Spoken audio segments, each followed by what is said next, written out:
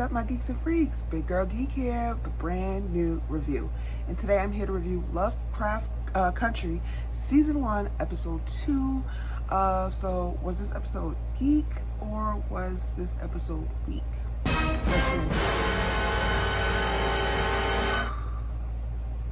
it. Y'all, if you've seen my first review of Lovecraft Country, you could tell that I was like absolutely like all for the show, highly recommend it.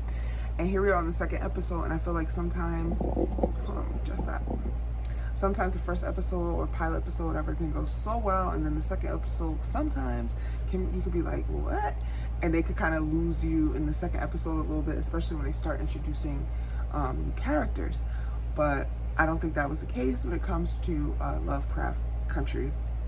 I think the second episode was just as good as the first.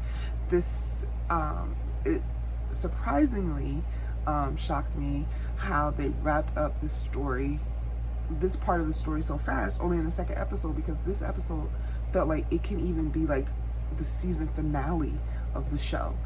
We still got to see the monsters. We did get the new characters. Tony Goldwyn, my boy Fitz from Scandal, was like the villain of this episode. I thought he was going to be like a season-long villain, but they took him out at the end. It starts off with them waking up in this new house, and Uncle George and Letty have lost their memories. They don't remember the monsters. They think everything's cool. Like Uncle George's room has all the books he's ever wanted to read. Letty has all these nice clothes, and only Tick can remember what happened. And it turned out that Tick is part of this lineage. He's a descendant, or his ancestor is a former slave owner who built the original house.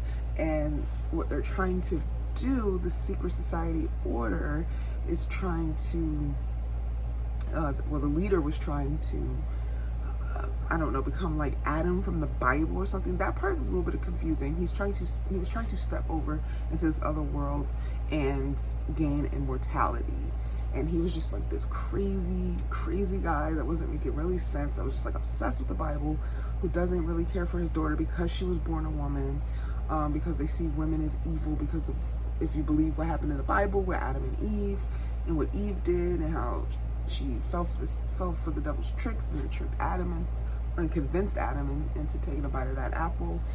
So it has very heavily religious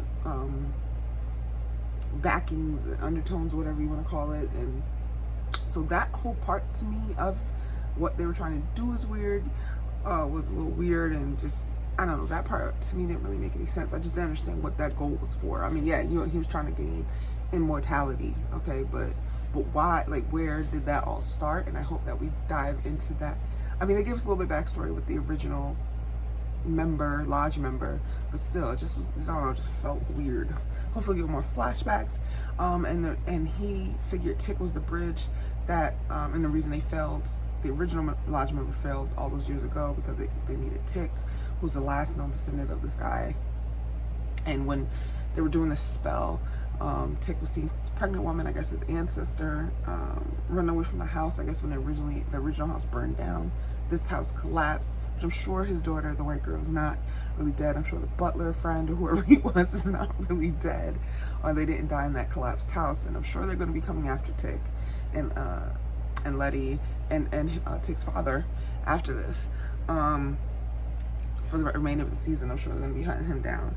So I don't, or maybe not, maybe they are dead, but I just can't see that happening. Just them lasting one episode. The characters seem very interesting, and I actually wanted to get to know more about that and more about this lodge, and hopefully get some flashbacks. It just like, where do they come from? And then they bred these monsters and use these monsters as guard dogs, so people don't figure out what they're doing there. And it's like, how did they get the knowledge of these spells?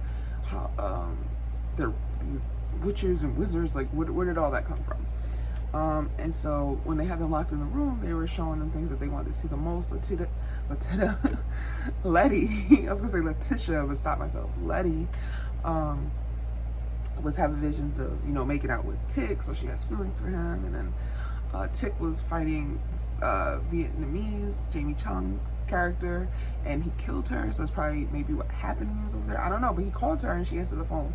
So maybe they got into some huge fight and he let her go. And I don't know. He maybe betrayed the people over there and his whole army platoon. Who knows? And then Uncle George was having visions of this other woman that wasn't his wife, that turned out to be his brother, Tick's mom, his brother's wife. And Tick may not even be his nephew. It may actually be his son. So we have some unresolved things there, because is Tick gonna find that out? Because Uncle George died by the end of it. They shot Letty, but they brought her back to life. It's just like, so you have some type of key to immortality, but you can't make yourself immortal type of situation. It was just like so much going on. Still with the racial undertones. We had another racist sheriff in this small little village where they were holding a dad, but he was able to escape. And right when he got out, they found him. So that was like a little funny scene. But no show has made me cry in a long time. But when Uncle George passed away, that was very sad. And I don't know if he's going to stay dead. With these type of shows, as we know, dead doesn't necessarily mean dead. But in the next episode, it looks like for real, he's died, because they tell his wife, who's like not about to have it. Letty somehow got some money, which she probably stole from the house, to move into this white neighborhood. They're not happy about that. So next week looks great. And that's why it looks like it kind of wrapped up this story, but I hope not, because that was just, to me, I still have so many unanswered questions. But it felt like it could have been a season finale episode, and for that purpose, it was definitely a Geek. For me, because we're only in the second episode. What did you guys think? Let me know in the comments. As always, I can't wait to discuss with you. Until next video, I'm out of here. Big Girl Geek out. Peace. Hey, where are you going?